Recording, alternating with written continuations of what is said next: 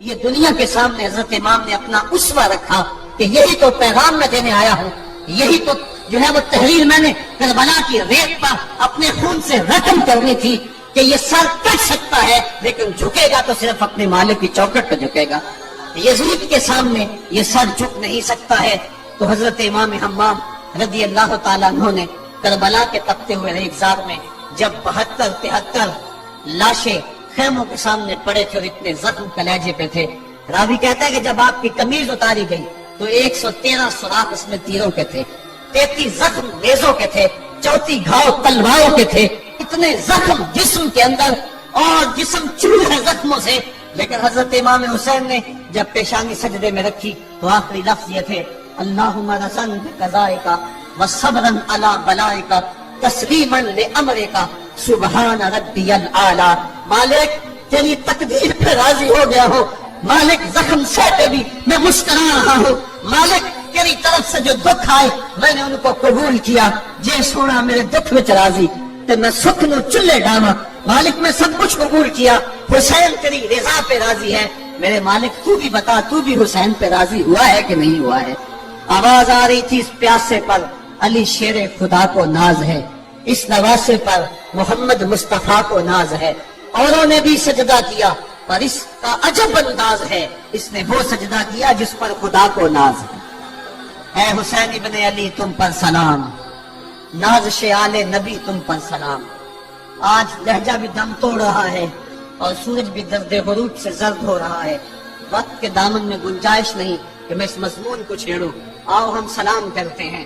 یہ سورج سامنے چمک رہا ہے، میں یہاں بیٹھا سوچ رہا تھا کہ ہم نے تو نہیں دیکھا، اے سورج دوپہر کا وہ منظر تم نے تو دیکھا تھا جب کربلا میں حسین کا سر کٹا تھا، جب گھر لٹا تھا، جب خیموں کو آگ لگی تھی، جب سکینہ رو رہی تھی اور جب گھوڑا خالی پلٹا تھا اور سکینہ پوچھتی تھی گھوڑے تو خالی آ گیا ہے، حسین کہاں چھوڑایا ہے۔ آج یہ سورج یہ چمک چمک کے وہ ہمیں کہانی سنا رہا ہے اور ہمیں پیغام دے رہا ہے کہ نبی کے نام پہ حسین نے تو سر کٹا دیا، آج تم کہتے ہو دین پہ چلنا بڑا مشکل ہے، تم شور ڈال رہے ہو، جن کے لیے مسجدوں میں قالین بچھے ہوئے ہیں، گرم پانی دستیاب ہے اور ان کے لیے مسجدوں میں آسائشیں موجود ہیں، اور پھر بھی وہ کہتے ہیں دین پہ چلنا بڑا مشکل ہے۔ ذرا دیکھو حسین ابن علی کو سجدے میں سر رکھ کے، پیشانی رکھ کے حضور رکھ کے، حسین ابن علی کہہ رہے ہیں مالک میں سر کٹا کے بھی تیرے حضور حاضر ہوں اور تجھ پہ راضی ہوں، تو بھی بتا کہ تو بھی حسین پہ راضی ہے یا نہیں ہے۔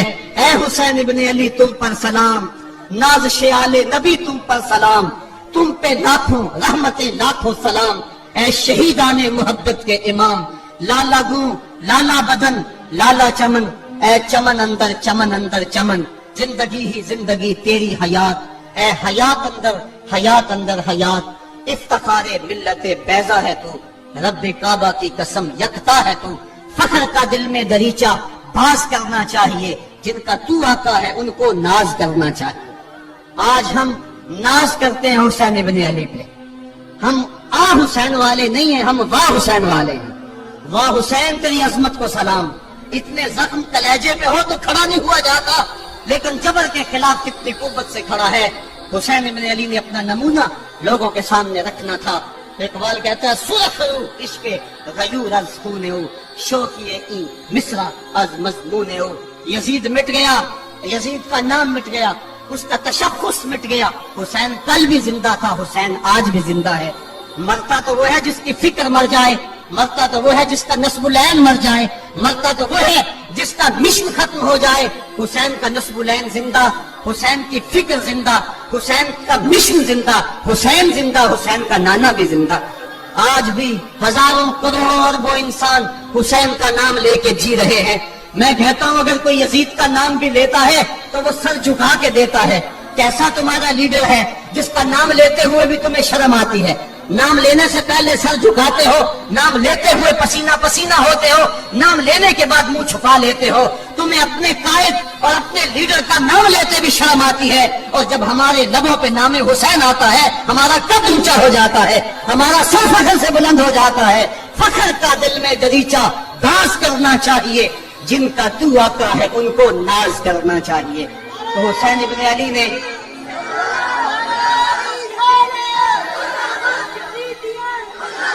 کسی نے کہا تھا کہ یہ دو شہزادوں کی جنگ تھی، تو کسی نے بڑا خوبصورت جواب دیا. اس نے کہا کربلا جنگ تھی اگر دو شہزادوں کی، قلم میں زور ہے تو لکھو حسین ہار گئے، لہجے میں تنتنا ہے تو لکھو حسین ہار گئے، انداز میں زور ہے تو کہو حسین ہار گئے. زمانہ کل بھی کہتا تھا، زمانہ آج بھی کہتا ہے، حسین کل بھی جیتا تھا، حسین آج بھی جیتا ہے. جب حضرت امام حسین رضی اللہ تعالیٰ عنہ کا سر انور کاٹ لیا گیا اور خولی بن یزید نے نیزے کی نوک پہ اس کو رکھا، ویسے رخ سر کا زمین کی طرف سے تھا. کسی نے کیا کہا باں کے سر نیزے پہ اور سوئے زمین ہے روح، یعنی سجدہ ثانی کی ہے آرزو. رکعت کے دو سجدے ہوتے، ایک سجدہ ہوا تھا کہ سر انور جدا کر دیا گیا، جب نیزے کی نوک میں تھا سر تو رخ زمین کی طرف سے تھا. شاعر کہتا ذرا غور سے دیکھو سر حسین کیا کہہ رہا ہے. سر حسین کی پیشانی زمین کی طرف ہے، پیشانی میں دوسرے سجدے کی آرزو میں چل رہی ہے. تو جب امام حسین کا سر خولی نے نیزے کی نوک پہ چڑھایا، اس نے تو یہ کہنا چاہا تھا کہ ہم فتح یاب ہوئے اور دیکھو ہم نے سر کاٹ لیا. کسی نے کہا ذرا غور سے دیکھو یہ تو سر کٹ کے بھی سر بلند ہے، یہ سر کٹ گیا پھر بھی سر بلندی نہیں گئی ہے، اس کا بانپن پھر بھی نہیں گیا ہے. حسین کا سر کل بھی اونچا تھا، حسین کا سر آج بھی اونچا ہے. اس کا نام زندہ، اس کا پیغام زندہ، اس کی فکر زندہ. حضرت امام زین العابدین یہ کربلا کے وہ شخص ہیں جنہوں نے سارا منظر اپنی آنکھوں سے دیکھا تھا.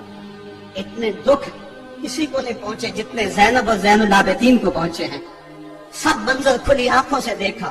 14 سال کی عمر ہے، بیمار ہیں. تاریخ بتاتی ہے اس کے بعد ساری زندگی حضرت زین العابدین نے ٹھنڈا پانی نہیں پیا. جب پانی پینے لگتے تڑپنے لگتے، کہتے مجھے سکینہ کی پیاس یاد آتی ہے، مجھے علی اصغر کا تڑپنا یاد آتا ہے.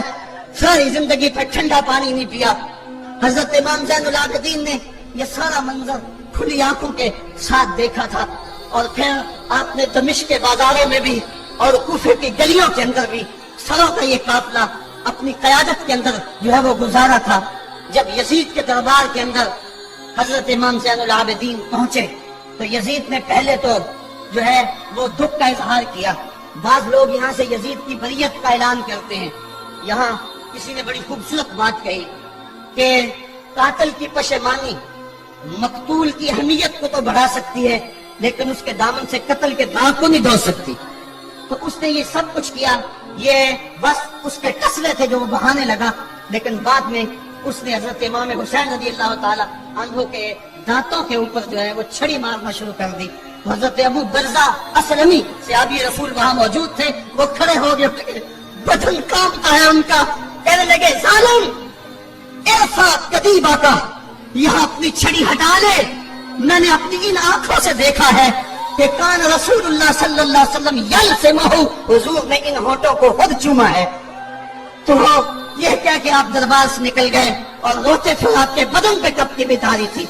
بعد میں یزید نے کہا حضرت غلطی ہو گئی اور یہ میں نہیں چاہتا تھا، بتائیں آپ کی کوئی شرط ہو. تو آپ نے فرمایا میری 4 باتیں مان لو. ان 4 باتوں میں ایک بات یہ تھی کہ سر حسین اور سر شہیدہ ہمارے سپرد کر دو تاکہ ہم کربلا جا کے ان کی تدفین کر سکیں. دوسری یہ تھا کہ ہمیں مدینہ حفاظت سے پہنچا دو. تیسری شرط یہ تھی مجھے جو ہے وہ جمعے کا خطبہ دینے کی اجازت دو آج دمشق جامع مسجد کے اندر. چوتھی بات آپ نے یہ فرمائی کہ قاتلان حسین جو ہے وہ میرے سپرد کرو. اس نے کہا کون ہے قاتل حسین کا؟ لوگوں نے کہا خولی ہے. خولی نے کہا میں نے قتل نہیں کیا، یہ سنان بن انس لخی نے کیا ہے. سنان بن انس لخی کو کہا ہاں تو بتا. کہنے لگا میں قتل کیوں کرنا تھا، یہ تو شمر ذی الجوشن نے کیا ہے.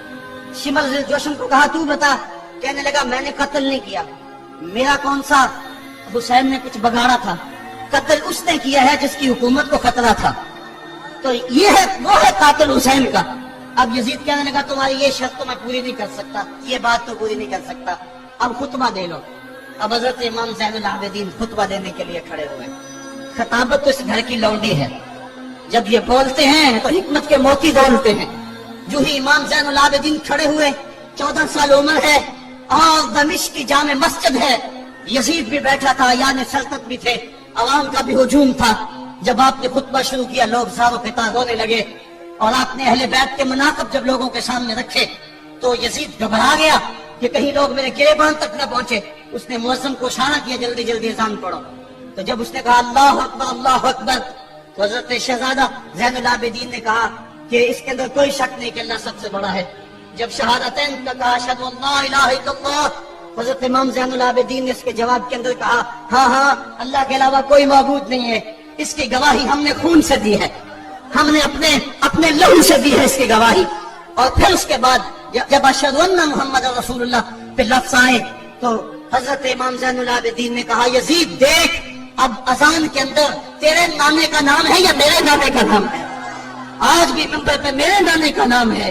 تو یزید مر گیا, اس کا نام مر گیا, اس کا تشخص مر گیا. حسین کل بھی زندہ تھا, حسین آج بھی زندہ ہے. حسین کربلا کے تپتے ہوئے ریگزار میں بھی زندہ تھا, کوفے کے بازار میں بھی زندہ تھا, اور دمشق کی جامع مسجد میں بھی زندہ تھا, مدینے میں بھی زندہ, مکے میں بھی زندہ, کابل میں بھی زندہ, کندھار میں بھی زندہ, قلعہ جنگی میں بھی زندہ, تولا گھوڑا میں بھی زندہ, موصل میں بھی زندہ, بغداد میں بھی زندہ, غزہ کی پٹی میں بھی زندہ, فلسطین میں بھی زندہ. آج حسین کی زندگی اور حسین کا باطن دنیا کو بتا رہا ہے, بش کو بتا رہا ہے تیرے منہ پہ تماچا حسین مارے گا. زمانہ بتائے گا کہ حسین کل بھی زندہ تھا, حسین آج بھی زندہ ہے. حسین کی فکر لے کے اٹھو اور پوری دنیا پہ چھا جاؤ اور زمانے کو بتاؤ کہ ہم حسین ابن علی کے سپاہی ہیں. صرف محرم کے دن آنسو بہا لینے سے کچھ نہیں ہوگا. کیا صرف محرم حسین کا مہینہ ہے؟ نہیں, سب پورا سال حسین کا ہے, پوری زندگی حسین کی ہے, پورے زمانے حسین کے ہیں. یہ صرف عاشور کا دن یا عاشور کی شب ہی حسین کی نہیں, سارے زمانے حسین کے ہیں. کل بھی حسین کا تھا, آج بھی حسین کا ہے, کل بھی حسین کا ہوگا. آؤ اٹھے, قرآن کو لے کر کے حسین ابن علی نیزے کی نوک پر بھی چڑھ کے قرآن سنایا, اور آج ہم اسی قرآن کی دعوت کو لے کر کے اٹھے.